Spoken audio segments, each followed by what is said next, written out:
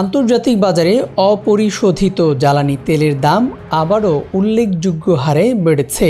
লেবাননে ইসরায়েলি সামরিক অভিযান জোরদার হওয়া এবং মধ্যপ্রাচ্যে সরবরাহ সংকটের আশঙ্কা বৃদ্ধির প্রেক্ষাপটে বিশ্ববাজারে তেলের দামের ঊর্ধ্বগতি দেখা দিয়েছে। আজ মঙ্গলবার আন্তর্জাতিক সংবাদ মাধ্যম রয়টার্সের এক প্রতিবেদনে এই তথ্য জানানো হয়। প্রতিবেদন অনুযায়ী যুক্তরাষ্ট্রের অপরিশোধিত তেল বা ওয়েস্ট টেক্সাস ইন্টারমিডিয়েট ফিউচারের দাম ব্যারেল প্রতি $2.37 বা 2.71% বেড়ে $89.73 পৌঁছেছে। একই সময়ে ব্রেন্ট ক্রুড তেলের দাম $2.16 বা 2.37 বৃদ্ধি পেয়ে ব্যারেল প্রতি $93.28 উঠেছে।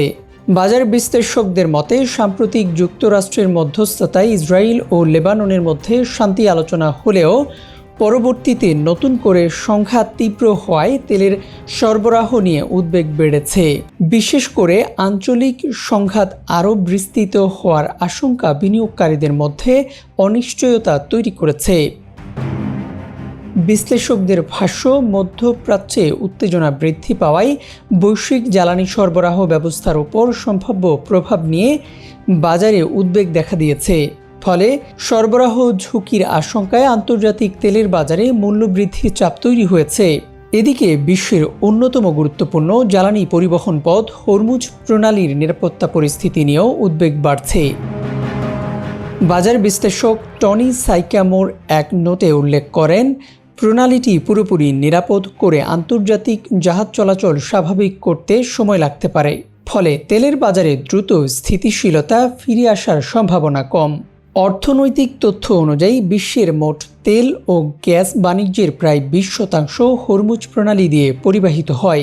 এই কারণে এই অঞ্চলে যে কোনো অস্থিরতা সরাসরি বৈশ্বিক জ্বালানি বাজারে প্রভাব ফেলে। অন্যদিকে বিশ্বের অন্যতম বৃহৎ জ্বালানি আমদানিকারক দেশ চীনের উৎপাদন খাতে মন্থরতার ইঙ্গিত পাওয়া গেছে।